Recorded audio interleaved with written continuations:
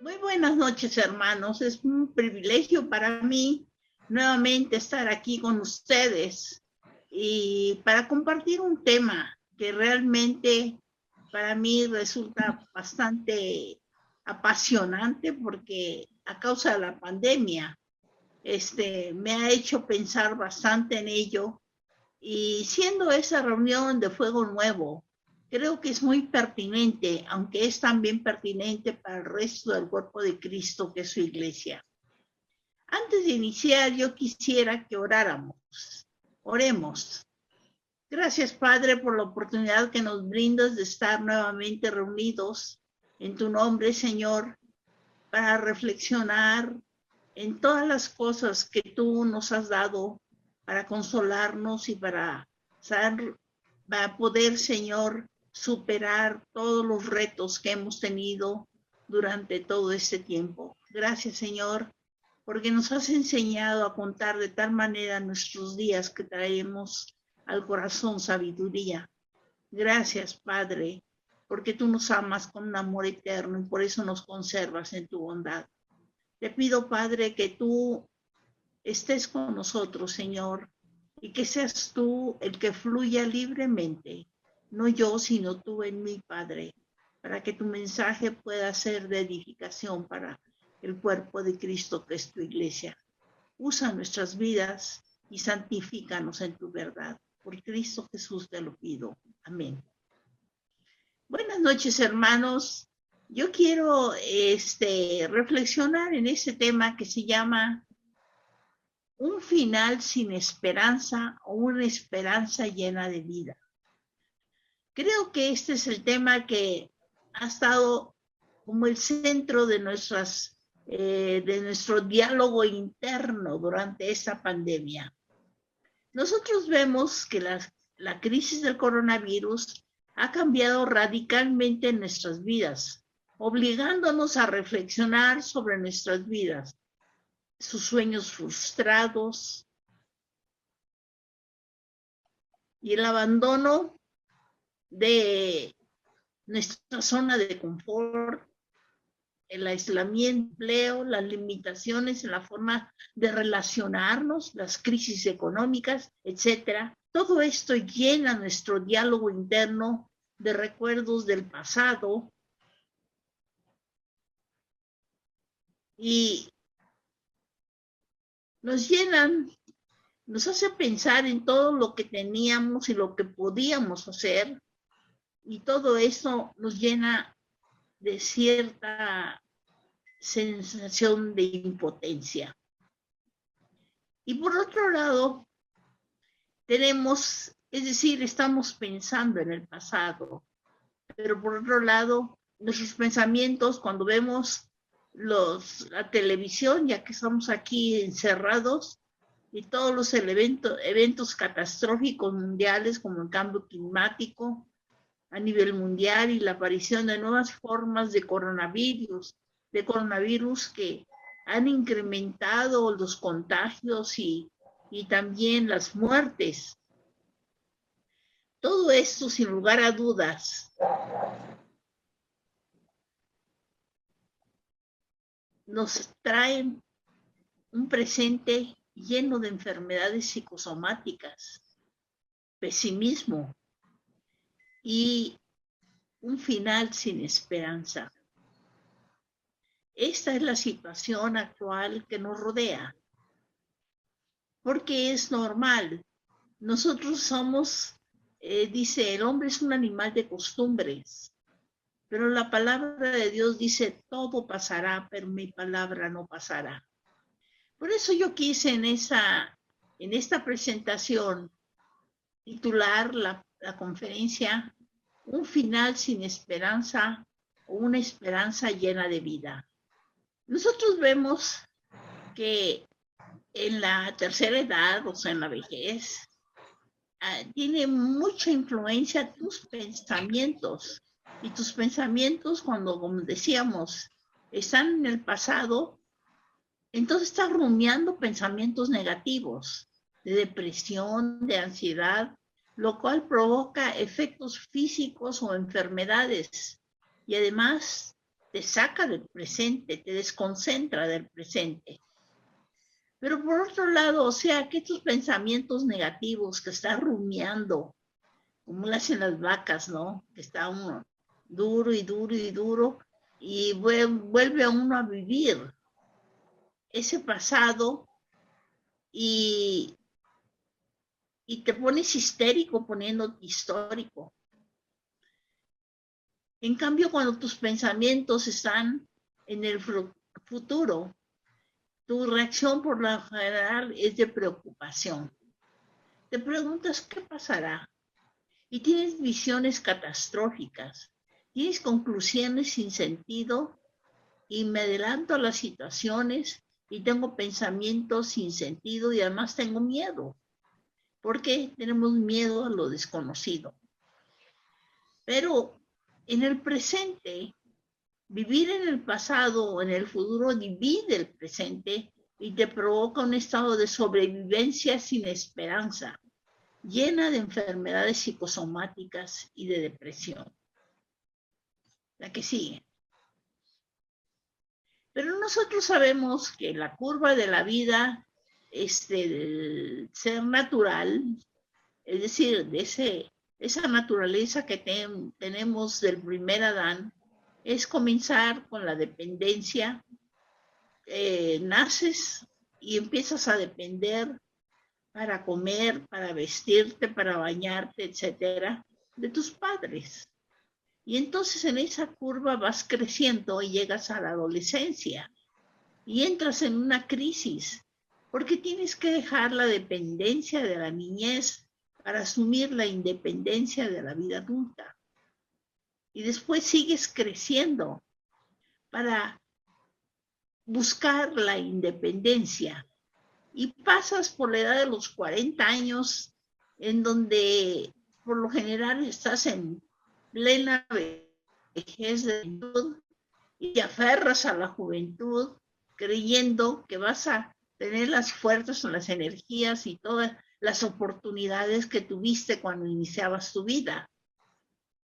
Y llegas a la vida adulta, a la cumbre de la curva, en donde ya eres económicamente independiente, ya eres psicológicamente independiente, y creemos que vamos a continuar como si fuera en una línea plana, y que ahí nos vamos a quedar y estamos soñando con nuestra jubilación y que vamos a hacer esto y esto y esto, pero la realidad, hermanos, es que esa curva viene de bajada. Es decir, después se jubilan y tú ya has adquirido tu identidad ejerciendo un liderazgo posicional en donde la posición te daba tu identidad. Y dejas de trabajar y te vas a tu casa ya jubilado, creyendo que estás con la plena libertad de hacer ahora sí todo lo que querías hacer y que siguiendo las cosas como antes, pero ahora con mayor libertad. Y sorpresa, te encuentras con que no solamente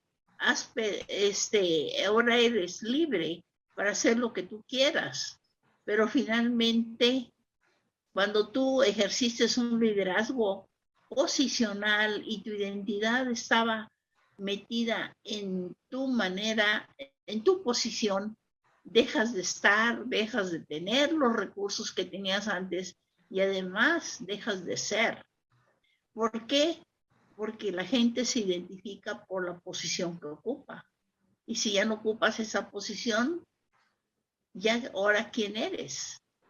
Desgraciadamente muchos jubilados regresan a su casa y quieren seguir ejerciendo su posición como tenían en la oficina y en su casa ni siquiera el perro les hace caso porque no están acostumbrados a verlos. Y vienes de caída libre y pasan los años y caes en la dependencia.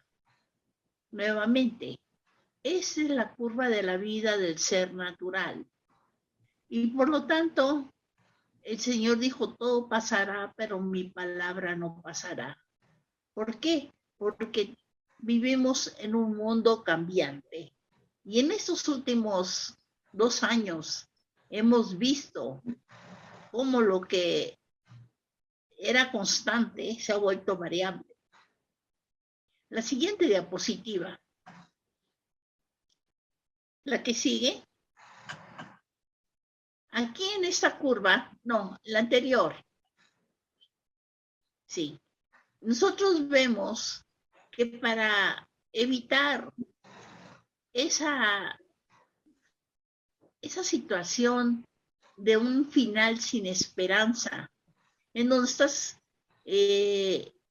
yo decía, los adultos lo resienten más, porque con ese rollo de la pandemia, pues ahora los hijos ni siquiera vienen a verlos, es que para no contagiarlos, si de por sí no venían, ahora menos, y se sienten mucho más aislados y se desesperan más, es decir, no tienen muchas esperanzas ni muchos recursos físicos y a veces ni materiales.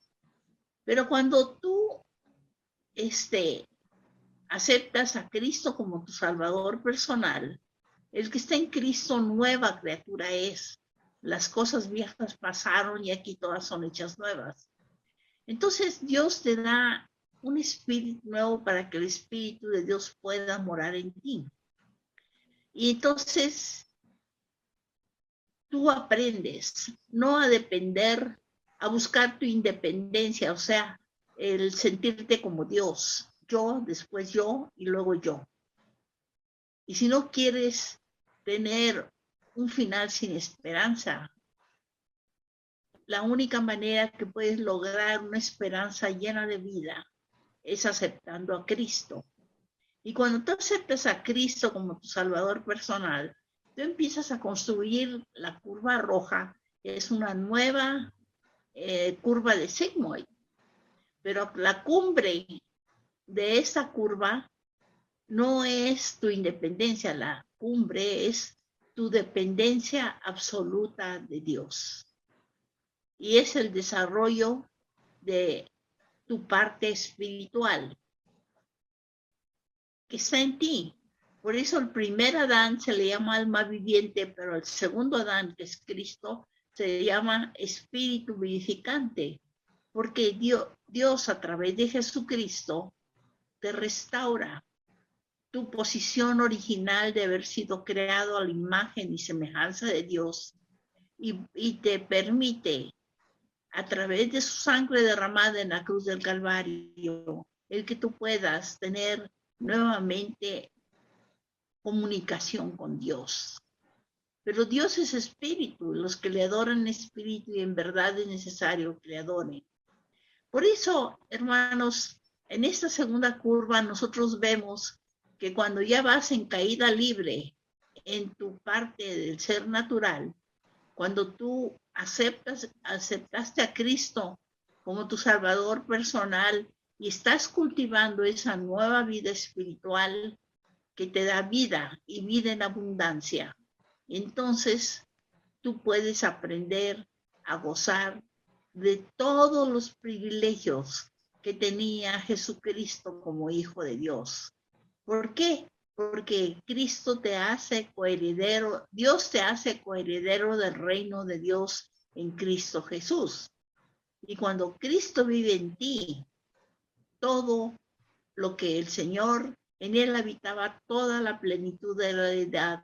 Y tú, como esa nueva criatura, hijo de Dios, adoptado por Dios, y con el Espíritu Santo guiándote, te lleva a esa vida abundante que Él te ofrece y te da una nueva esperanza llena de vida. La que sigue. Dice, el propósito de las Escrituras es dar esperanza. Todo lo que se escribió en el pasado se hizo para enseñarnos a fin de que, alentados por las Escrituras, perseveremos en mantener nuestra esperanza. Dice Romanos 15:4. El conocimiento de Jesús y de la esperanza que hay en él viene por medio de las Escrituras. La manera de mantener tu esperanza alta es estudiar las Escrituras con regularidad. Porque dice Romanos 15:13, y el Dios de esperanza os llene de todo gozo y paz en el creer, para que abundéis en esperanza por el poder del Espíritu Santo. La que sigue. Ahora nosotros vemos que la esperanza es al significado de la vida lo que el oxígeno es a los pulmones. Y por eso Romanos 15:13 dice, y el Dios de esperanza os llene de todo gozo y paz en el creer, para que abundéis en esperanza por el poder del Espíritu Santo. La que sigue. Por lo tanto, hermanos, yo te exhorto a que edifiques tu esperanza en Dios. El Señor dice, miradme a mí y sed salvos. Dice Isaías 45:22. La salvación es tuya tan pronto como miras a Él. En Isaías 45:22 te dice, mirad a mí y sed salvos todos los términos de la tierra, porque yo soy Dios y no hay más. Dios no es hombre para que mienta, ni hijo de hombre para que se arrepienta. Él dijo y no hará, habló y no ejecutará. En realidad, como yo siempre digo, si dijo, ya dijo. La que sigue. El Señor nos transforma a la imagen de Dios por el Espíritu Santo que mora en nosotros. Porque en realidad, cuando nos identificamos con Cristo, la sangre derramada en la cruz del Calvario nos dio la salvación, porque la paga del pecado es muerte, mas la dádiva de Dios es vida eterna.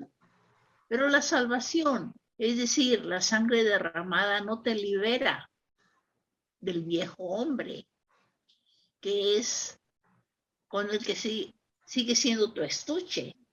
Entonces requieres al Espíritu Santo, que es Dios morando en ti, para poder superar todo los obstáculos y los estorbos que significan la carne, para poder desarrollar plenamente el espíritu que te permite gozar de toda esa vida que Cristo te ofrece.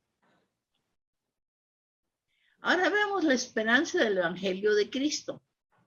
Dice en Colosenses 2, del 9 al 10, toda la plenitud de la divinidad habita en forma corporal en Cristo, y en Él, que es la cabeza de todo poder y autoridad, y ustedes han recibido esa plenitud.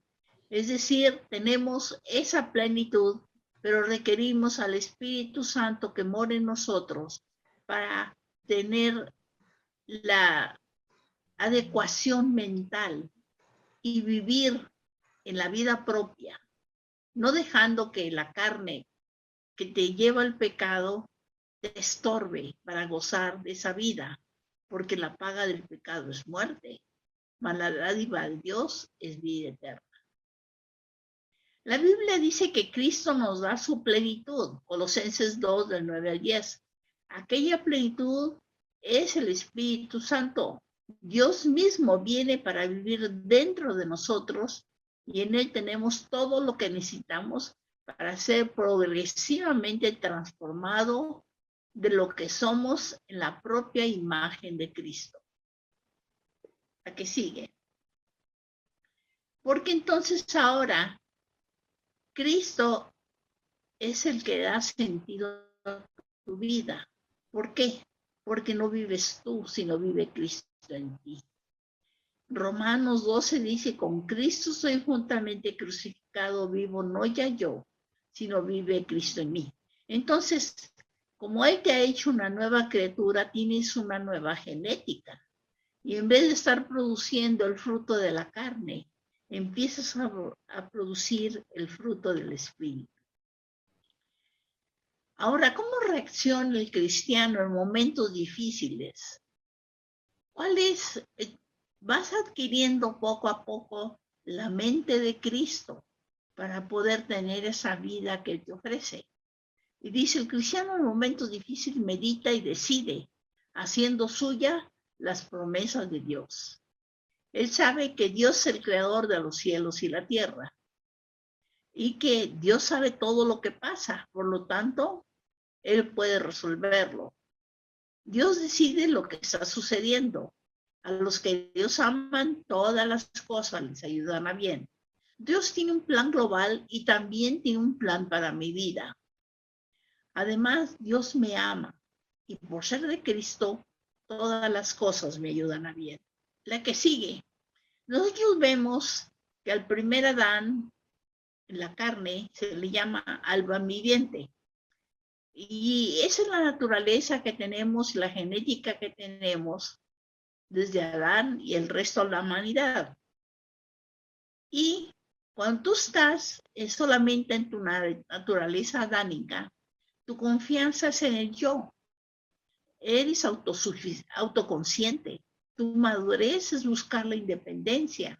Tu mentalidad es de resguardo y de control. Buscas el poder para establecer tu verdad como la única verdad. Tienes una visión de lo temporal, porque lo que se ve es transitorio, pero lo que no se ve es permanente y Dios hace lo que se ve de lo que no se ve y lo que es de lo que no es. Ahora, en cuanto a los recursos, como te sientes el centro del universo, lo que haces es acumular. ¿Y cuáles son los frutos que das? Pues los frutos de la carne. Odios, iras, contiendas, celos, herejías, envidias, hechicerías. Todo esto que te lleva al pecado y que te lleva a la muerte. Ahora, las necesidades del cuerpo son las que te dominan, porque eres guiado por tu ser animal. Por lo tanto, luchas por sobrevivir. Pero cuando tú vienes a Cristo, entonces Jesucristo da vida a tu espíritu. Y cuando le da vida a tu espíritu, tienes el elemento necesario para poderte comunicar con Dios. Entonces, tu confianza es en Dios. Tu conciencia es de Dios. Tu madurez es la dependencia de Dios. Tu mentalidad es de aprendizaje, descubrimiento. Si no fuereis como niños, no veréis el reino de Dios. Tu visión de lo permanente, tu visión es búsqueda de lo permanente y eterno. Tus recursos son los del reino de Dios. Tu fruto es el fruto del Espíritu. Amor, gozo, paz, paciencia, benignidad, bondad, fe, mansedumbre y templanza. Y cumplir el plan de Dios para tu vida es lo que persigues. Eres guiado por tu ser superior del Espíritu y gozas una vida plena en Cristo. Ahora, ¿cómo usa el poder el hombre natural y el hombre espiritual? El hombre natural es guiado por su ego para hacerse servir para su propósito mezquino. Saquea a la naturaleza, usa a su prójimo, transforma en vil lo que es hermoso. Es decir, donde hay riqueza genera pobreza, donde hay esperanza genera desesperación. Ahora su riqueza la mide por su capacidad de despojar y su poder termina con su muerte. Mientras que el hombre espiritual es guiado por el Espíritu Santo para servir al propósito de Dios. Cuida la naturaleza, ama a su prójimo, transforma en hermoso lo que es vil y su riqueza se mide por su capacidad de dar. Sus obras continúan aún después de su muerte. La vida natural y la vida espiritual. La vida natural es la del ser animal que lucha por sobrevivir en la selva en donde solo el yo del más fuerte prevalece. La vida sobrenatural es el del ser espiritual, el hombre, que es el hombre superior. cuyo espíritu nuevo está conectado al de Dios por medio de Jesucristo, cuyo poder es transmitido a través de ti para cumplir el propósito de Dios para el cual fuiste creado. Esto te da vida abundante, en donde Dios, tu prójimo y tú mismo forman el sistema que son tomados en cuenta no solo en esta vida, sino también incluye vida para más allá de la muerte, o sea, vida eterna. ¿La que sigue? Vivir con fe y con esperanza. ¿Cuál es la verdad central? La fe en Cristo nos redime y nos protege, dándonos una esperanza perdurable. ¿Cuál es el versículo clave? Primera de Pedro 1:21.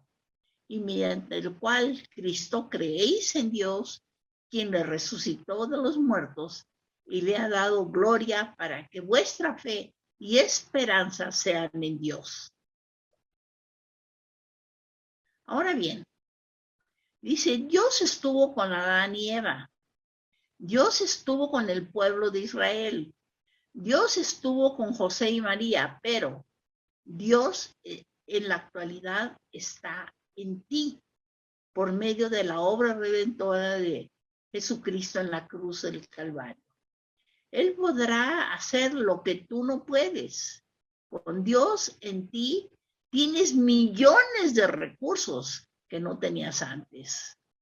Por eso dice Colosenses 1:29, con este fin, trabajo y lucho fortalecido por el poder de Cristo que obra en mí. ¿La que sigue? Bueno, pues esa es una ecuación para desarrollar el carácter espiritual, para poder gozar de esa vida que Cristo te ofrece. Porque, pues digo, el carácter espiritual es igual a tu contexto espiritual, más el conocimiento de la Biblia, más los recursos del reino. Entre tu ego, o sea, tu yo, entre más pequeño es tu yo, más se desarrolla tu carácter espiritual. Y para eso tienes que aplicar Gálatas 2:20. Con Cristo estoy juntamente crucificado y ya no vivo yo, mas vive Cristo en mí. Y lo que ahora vivo en la carne, lo vivo en la fe del Hijo de Dios. La que sigue.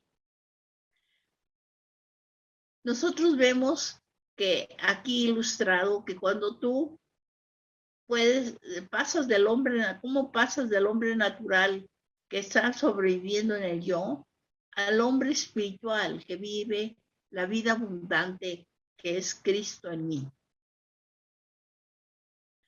Ahora, nosotros somos transformados a la imagen de Dios por el Espíritu Santo que mora en nosotros. Es curioso, porque dice que cuando Moisés estuvo en el monte recibiendo los 10 mandamientos, y cuando él bajó, el pueblo veía que su rostro resplandecía. ¿Por qué? Porque estaba reflejando la gloria de Dios. Él no la veía, pero los demás lo veían. Y nosotros estamos viendo que cuando nosotros buscamos el rostro de Dios y lo miramos constantemente en todos los días, llegará un momento en que cuando nosotros comunicamos y nos confrontamos con nuestro prójimo, podremos estar reflejando el rostro de Dios por el Cristo que está en nosotros. ¿Por qué? Porque buscar el rostro de Dios es negarse a sí mismo. Y entonces ellos pueden ver al Cristo que está en ti. Ahora, aquí hay una cosa que me pareció muy interesante. La mujer que se describe en Marcos 5:34, que tenía ese problema de flujo y la hacía inmunda. Sin embargo, ella se acercó a Jesucristo. Y Jesucristo, dice la mujer de Marcos 5:34, tenía el presentimiento que Cristo podía sanarla y tenía la esperanza que lo haría. Y que si nosotros tenemos ese mismo tipo de fe, veremos las obras maravillosas de Dios confiando en Él. Porque la fe es la convicción de que Él puede y la esperanza de que Él quiere y lo hará. Ahora, ¿qué es la fe? La fe es pues la fe, la certeza de lo que se espera, la convicción de lo que no se ve. ¿Por qué nosotros fuimos educados para creer solamente en una realidad que maneja hechos que son visibles, tangibles y medibles? Y si no cumple con esos requisitos, decimos que son cuestiones subjetivas que no tienen ningún valor. Pero esa mentalidad implica que cuando estudias física, el espectro luminoso, que lo único que cuenta es el infrarrojo para la derecha y el del ultravioleta hacia la izquierda, que es el invisible, ese no cuenta y no tiene ningún valor, que son cuestiones subjetivas. Pero la realidad es que cuando tú manejas la realidad de lo invisible, intangible, inmedible, estás dentro del campo del espectro luminoso que maneja las altas frecuencias y las altas energías. Es la base de toda la teoría atómica. Por eso Jesucristo dice que lo que se ve es transitorio, pero lo que no se ve es permanente. Y Él hace lo que se ve de lo que no se ve y lo que es de lo que no es. Entonces, ¿qué es la realidad? Por eso la fe te permite ver lo invisible, creer lo increíble y obtener lo imposible. ¿La que sigue? La meta de todos los tratos de Dios con nosotros. Dice, Dios corta nuestra vieja naturaleza sentada en el yo para hacer el camino de nuestra nueva naturaleza en Cristo, la cual trabaja en franca cooperación con Él. Y nosotros vemos que tu vieja naturaleza es la carne, el viejo hombre, el viejo yo. La nueva naturaleza es el espíritu, el nuevo hombre, el nuevo yo. En el momento de la salvación, el creyente nace de nuevo y Dios le da una nueva naturaleza. La meta de Dios, la meta de todos los tratos de Dios con nosotros. Dios corta nuestra vieja naturaleza centrada en el yo, porque el camino a la nueva naturaleza en Cristo, la cual trabaja en franca cooperación con Él y por lo tanto puede gozar de todos los atributos en quien habita toda la plenitud de la deidad. Ahora vemos nosotros la diferencia, el hombre que vive en la carne y el que ha sido regenerado en Cristo, que es el que tiene esperanza y vida. Dice, si la muerte espiritual es la separación de Dios, el hombre carnal no conoce a Dios, sino que vive en la oscuridad lejos de Él. Si el hombre carnal, aún sin saberlo, está bajo sentencia de muerte, sin esperanza alguna de cara al más allá. El hombre pecador conoce los efectos devastadores de la muerte que actúan en él. Entonces, por eso, la vida espiritual tiene que significar la reconciliación con Dios. En cambio, el hombre regenerado tiene acceso a Dios, se sabe aceptado por Él, le llama Abba Padre, disfruta de la comunión con Él y crece en el conocimiento de Dios. El hombre regenerado tiene una viva esperanza de la vida eterna en Cristo. Así pues, si esperas y amas el retorno de Cristo, y si confías en que Dios te resucitará en el día final y estarás siempre con el Señor, el hombre vivificado empieza a conocer la sanidad divina de su vida interior. Las taras, los complejos y la alienación que antes le caracterizaba ceden ante la nueva humanidad de Cristo. Adquiere la nueva dignidad de los hijos de Dios. Al saberse aceptado por Dios, recibe una sana autoestima. La que sigue. ¿Por qué? Porque la muerte espiritual implica que tu cuerpo está en control. Y entonces, cuando el cuerpo está en control, este te lleva a la inmundicia, al adulterio, a los orgullos, al pleito, a las envidias, a las contiendas, a los celos, a las borracheras, a la idolatría. Porque cuando el cuerpo está en control, tu espíritu está muerto y tú estás muerto espiritualmente.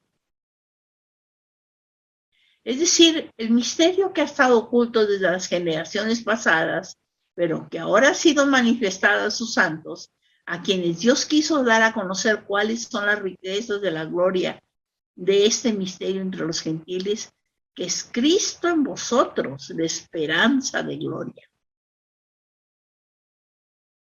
Ahora bien, hermano, tú tienes dos caminos.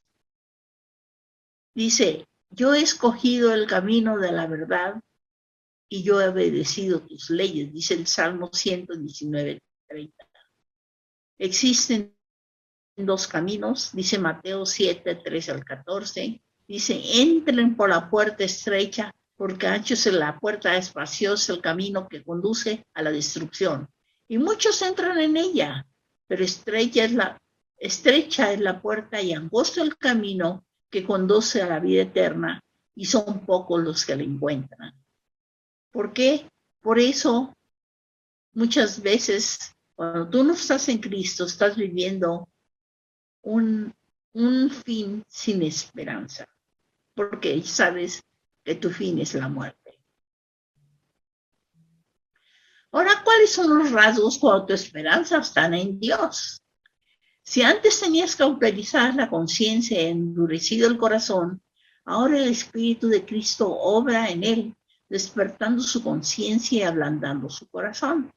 Tanto es así que el creyente puede pensar que es más pecador después de su conversión que antes, pero en realidad esta percepción se debe a que la nueva sensibilidad moral que tiene en Cristo. Antes, cuando pecaba, su conciencia no decía nada, ahora protesta, se siente sucio y anhela tener la rectitud moral de Cristo. Antes no tenía sensibilidad espiritual, porque no necesitaba a Dios, Él era Dios, era su aspiración ser como Dios. Ahora tienes hambre y sed de Dios y se alimenta de la palabra. Y por tanto, si pues amas y temes a Dios, vas creciendo en tu conocimiento de Él. Esperas el retorno de Jesucristo. Deseas ser completamente transformado a su imagen. Sabes que Dios te acepta por hijo suyo. Te has vuelto sensible al pecado y meditas en la palabra de Dios. Es del todo probable que la vida de resurrección esté en ti, porque ninguna de estas cosas es característica del hombre carnal. Dice, y ahora viven de manera diferente. En realidad, ustedes son personas nuevas que cada vez que se parecen más a Dios, su creador, y cada vez le conocen mejor. Dice Colosenses 3:10. Por eso dice, como son más altos los cielos que la tierra, así son más altos mis caminos que vuestros caminos y mis pensamientos que vuestros pensamientos. Sin lugar a duda, nosotros creyéndonos dioses creemos que Dios es como nosotros, pero el Señor quiere que tú seas como Él. Por ejemplo, en tus pensamientos, cuando estás en crisis, tú dices, esto es imposible, pero Dios dice, la que es imposible para los hombres es posible para Dios. Ahora, cuando tú te preocupas, dices que estoy muy cansado. Él te dice, venid a mí todos los que estáis trabajados y cansados, que yo os haré descansar, dice Mateo 11:28. Y luego cuando te sientes aislado y sientes que nadie te ama, te dices, nadie me ama. Y en cambio, cuando tú escudriñas la palabra, Él te dice, ni lo alto, ni lo profundo, ni ninguna cosa creada nos podrá separar del amor de Dios que es en Cristo Jesús, Señor nuestro. Él te ama con un amor eterno y por eso te conserva en su bondad. Ahora, A veces ya te sientes desfalleciendo y dices, ya no puedo, yo no puedo seguir. Y el Señor te dice, básate mi gracia, porque mi poder se perfecciona en tu debilidad. Y cuando estás resolviendo problemas, dices, no puedo resolver las cosas. Todo lo puedo en Cristo que me fortalece. Filipenses 4:33. Y cuando tú dices, estoy angustiado, el Salmo 91:15 te dice, cuando me llamen, yo les responderé, estaré con ellos en medio de las dificultades y los rescataré y los honraré. A veces cuando estás probando tu capacidad, dices, no soy capaz, pero Dios te dice, y poderoso es Dios para hacer que abunde en vosotros toda gracia, a fin de que teniendo en todo tiempo siempre lo necesario en todo, abundéis para toda buena obra. Segunda de Corintios 9:8. O cuando tienes temor, dices, tengo miedo. Recuerda la palabra que Dios te dice, Dios no nos ha dado espíritu de cobardía, sino de poder, amor y dominio propio. Y cuando cometes errores que sientes que son imperdonables, dices, no puedo perdonarme. Pero la palabra de Dios te dice en 1 Juan 1:9, si confesamos nuestros pecados, Él es fiel y justo para perdonar nuestros pecados y limpiarnos de toda maldad. Ahora bien, tú dices, no tengo nada. Más ahora con esta crisis económica que te sientes muchas veces despojado. El Señor te dice, mi Dios pues suplirá todo lo que os falte conforme a sus riquezas en gloria en Cristo Jesús. Dice Filipenses 4:19. Ahora bien, cuando en tu diálogo interno siempre estás preocupado por el pasado, por el presente, por el futuro, el Señor te dice, pongan todas sus preocupaciones y ansiedades en las manos de Dios, porque cuida de ustedes. Dice primera de Pedro 5:7.